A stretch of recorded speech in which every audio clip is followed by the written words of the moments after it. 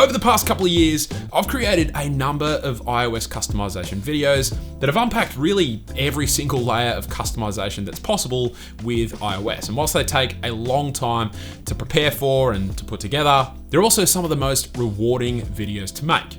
And so because of this, I decided to go back to the drawing board once more and create a brand new home screen setup. And what you're seeing on screen right now is the end result. Much like my previous setups, it's still really clean and minimal. However, we've obviously got a new wallpaper and a new widget alongside a completely fresh layer. And so if you're wanting to recreate this on your own phone, well, buckle up and let's get straight in. Now, let's first chat about the wallpaper. And if you haven't yet seen either of my previous iOS setup videos, the wallpaper is actually the secret sauce to making our dock look invisible. And I think making the dock invisible is the first step in creating an iOS home screen setup that doesn't look like iOS. You can actually find a bunch of free hide the dock wallpapers online. However, as always, to coincide with the release of this video, I've just recently released a brand new wallpaper pack called Paper, and this is a modern art-inspired wallpaper pack that comes with alternate versions of each backdrop that will hide the dock on iOS, depending on the theme you have set. There are 15 main designs within the pack, which you could obviously just use as is if you're not that interested in hiding the dock. But like I said, each version has at least one variant that you can use to hide the dock. And for some wallpapers, I've even made two variants, one to be used with the light theme and one to be used for the dark theme. I've actually also got 3 other wallpaper packs available on my shop, all of which also include hide the dock variants. So if you're interested in checking them out, they'll all of course be linked below. But if you're grabbing my latest paper wallpaper pack, just be aware that there are also 15 bonus 5K desktop variants, each of which have been custom designed for a widescreen display. Now, as with my previous wallpaper pack, I was really careful in designing this new pack to ensure that whenever you're setting them as your wallpaper, all you need to do is disable the perspective zoom option, and that's it. Which means if you ever accidentally change your phone's wallpaper in the future and you want to change it back, you can absolutely do so without having to redo the entire setup I'm about to show you in this video. All right, if you're downloading this pack directly to your device, then you'll need to decompress the zip file using the Files application. And after you do that, you'll see 3 folders. And to hide the dock, you'll want to use one of the wallpapers within this iOS variations folder. And for this particular setup, I'll be using the wallpaper called Orb iOS Dark. So I'll tap on that, then I'll select the share icon down here, and then finally I'll tap on Save Image. Before I set that wallpaper though, I'm just gonna also save one of the light wallpapers here. Let's do this one called Fountain. And as you can see, when I tap on that, it has white edges on either side. But don't be alarmed, that is fully intentional, and I'll explain why I had to do that in a moment. So I'll tap the share icon here as well, then again, tap on Save Image. All right, let's now close the Files application and then open up the Settings app, and then we'll come down to Wallpaper and select Choose a New Wallpaper. Now, before I set the actual wallpaper I'll be using for this video, let me just quickly show you the situation with the light wallpaper and why it has white borders. So I'll tap on Recent, then select that light wallpaper I just saved. And as you can see, the actual wallpaper element of the image scales up as intended, meaning when I tap this button here to disable perspective zoom and then hit set, the wallpaper works as is. And if I come back home with the light theme activated, the dock has become invisible, also as intended. But check this out. If I go back to the Files application and then head back and into the Finals folder, then open the main variant of the Fountain wallpaper and save it, then come back into the Settings app, select that main version as the wallpaper, and of course turn perspective zoom off and then hit set. Now when I come back home, you'll see that even though the wallpaper is filling the exact same portion of the screen as the previous version did, the dock is no longer invisible.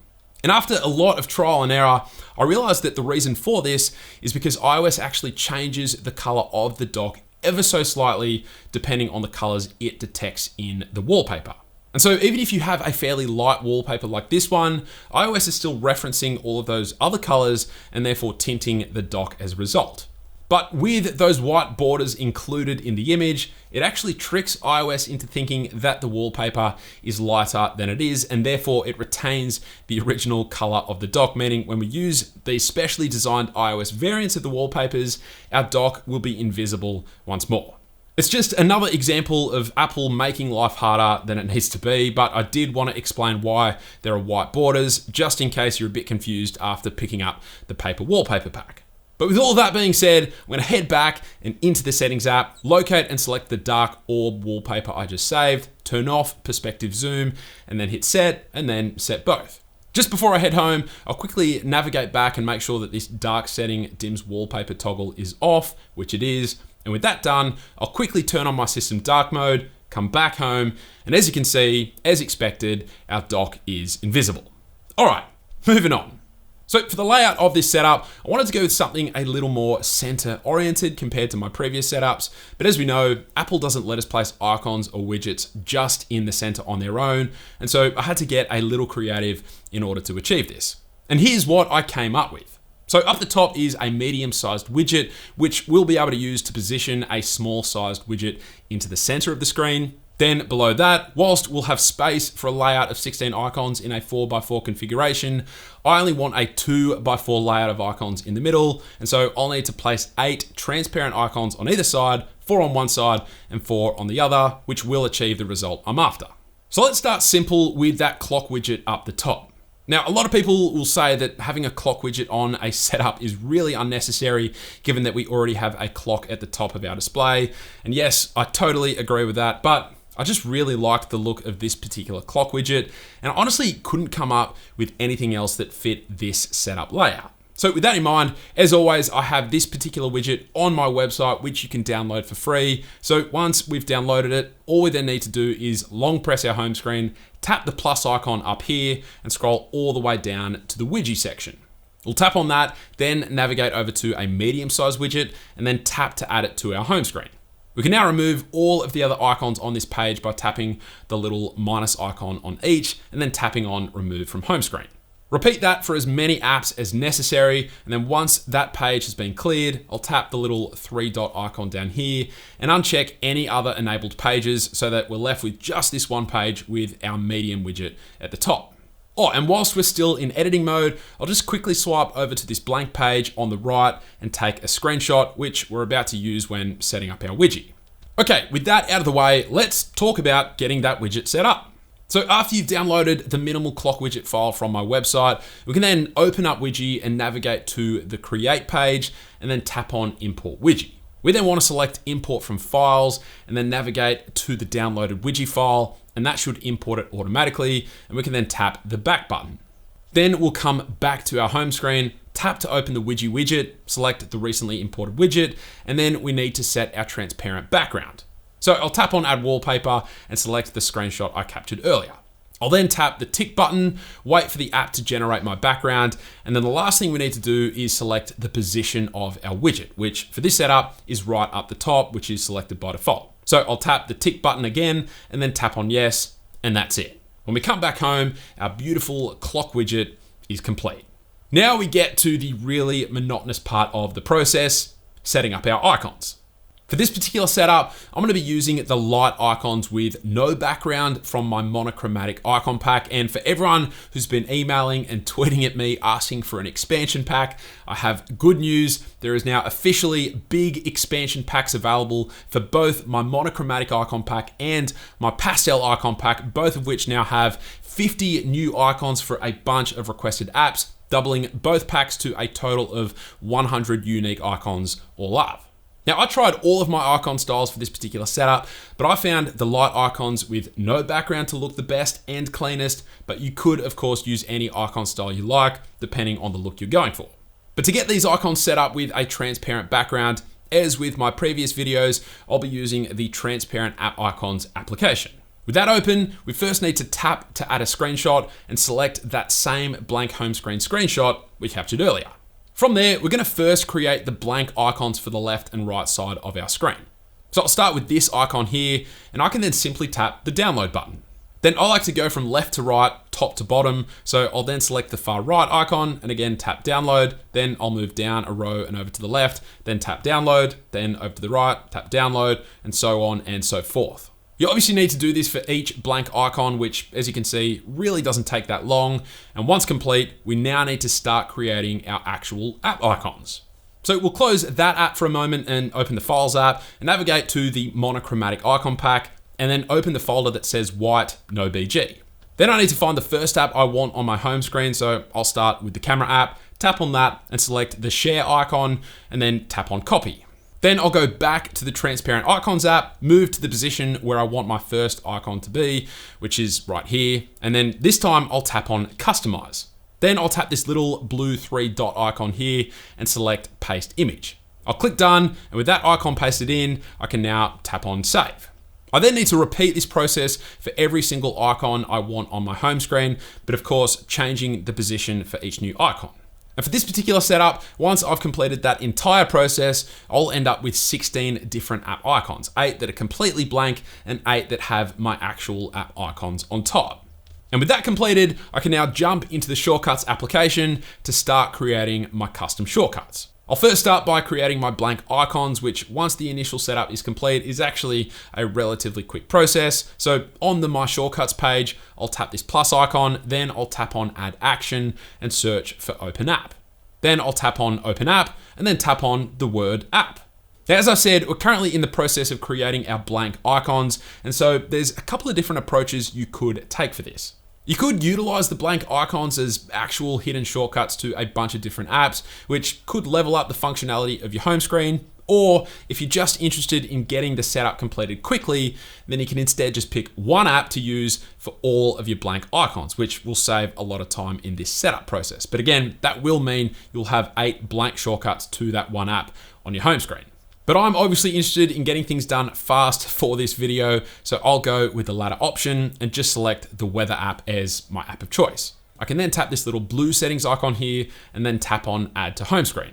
Now I can tap the icon here, then choose Photo and select the first blank icon I saved, which is this one here. Then I'll tap Choose, then tap the X here to remove the app label, then I can tap on Add. Then immediately I'll reopen the Shortcuts app and once again tap on Add to Home Screen. I'll again tap here and select Choose Photo, then select the second blank icon. Then I'll tap Choose again, then tap the X to remove the app label, and then once again tap on Add. And I just need to repeat this process another 6 times, and once I've finished, I'll have all of my 8 blank icons jumbled up on my home screen. And with those completed, I can now set up my main app icons. This is very much the same process, however, you'll obviously need to make sure that the shortcut is set up to launch into whatever app matches the icon you're setting up. I've now shown this process a number of times, so watch the previous iOS setup videos to see how to do this in detail, but it's basically the exact same as creating the blank icon, but instead of selecting a filler app like the weather app, you just need to select the actual app that will match the icon you're setting up.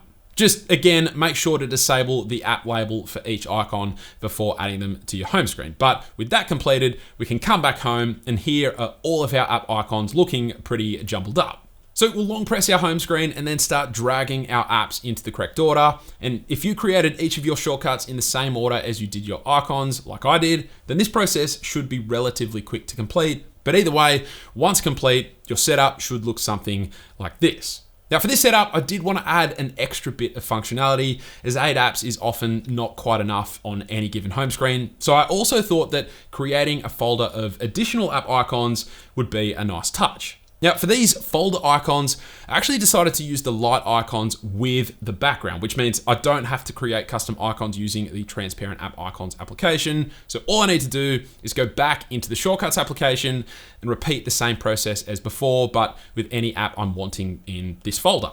For the cleanest end result, I recommend setting up at least 9 apps to use for this. And just keep in mind when selecting your custom icon, instead of selecting Choose Photo here, you can instead select the Choose File option and then just navigate to the white with background icons via your Files app. Again, disable each shortcut name before adding them to your home screen, but with all 9 apps completed, we can then come back home, then long press our home screen, tap and hold one of the icons, then tap on 7 of the 8 remaining icons, so you're holding 8 icons in total, then just drag this group of icons on top of the remaining icon to create a folder. Then we can tap to close that, drag it to our dock, hit done, and there is our completed home screen setup. And so That's it. And whilst this setup was by no means a quick and simple process to complete, I do like the fact that everything was just limited to 3 applications: Widget, Shortcuts, and the transparent app icons application, which does simplify it ever so slightly. Now, in order to make the setup even more seamless and remove these annoying notification banners that appear whenever you tap on one of your custom app icons, then I highly recommend watching the video that I've created that covers that exact topic, which I will link up in the cards and down below. Oh, and if you also wanted to make the setup switch themes automatically at any given time of the day using iOS's cool focus modes feature, then I've also got a video that covers that pretty cool functionality, again, linked up in the cards. With that being said, if you have any questions, definitely feel free to drop a comment down below and I'll do my best to hit you up with a response. And as I said, links to everything mentioned throughout the video can be found down in the description below. But that's it. Thank you all very much for watching and I will catch you later.